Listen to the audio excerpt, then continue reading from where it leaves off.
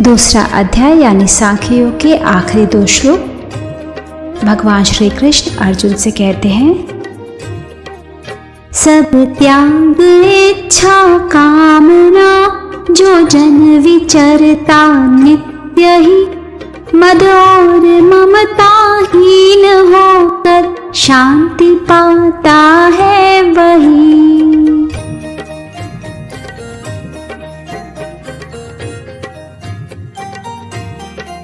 यह पार्थ ब्राह्मी स्थिति, इसे पानर न मोहित हो कभी, निर्वाण पद हो प्राप्त इसमें ठहर अंतिम काल भी। हे कुंती पुत्र, जो सारी इच्छाओं को त्याग कर ये मेरा है, ये मैं हूँ, ऐसे अहंकार से रहित होकर विचरण करता है, वही शांति प्राप्त करता है। हे पार्थ, इसी को ब्राह्मणी स्थिति कहा जाता है। इसको प्राप्त कर लेने पर पुरुष मोहग्रस्त नहीं होता और आखिर में ब्रह्मपद को प्राप्त कर लेता है।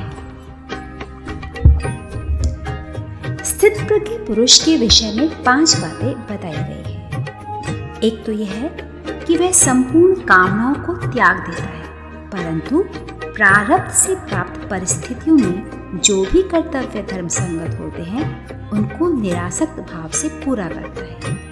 दूसरी बात यह है कि स्थित प्रज्ञ पुरुष सांसारिक कर्तव्य को भली प्रकार करते हुए भी अपने चित्त को भगवान की ओर लगाए रखता है। तीसरी बात यह है कि ऐसा पुरुष सांसारिक भोगों को देखते हुए भी उसके मन में उन भोगों को प्राप्त करने की कोई इच्छा जागृत नहीं होती। चौथी बात यह है कि ऐसा मनुष्य ममता रहित होता है। इसका यह तात्पर्य नहीं है कि उसके हृदय में प्रेम होता ही नहीं। सबके प्रति प्रेम होते हुए भी वह किसी से मेरेपन का या आशा का संबंध नहीं रखता है। वह किसी से ममत्व न रखकर सबके प्रति अपनत्व का भाव रखता है। पांचवी बात यह है कि ऐसा मनुष्य अहंकार रहित होता है।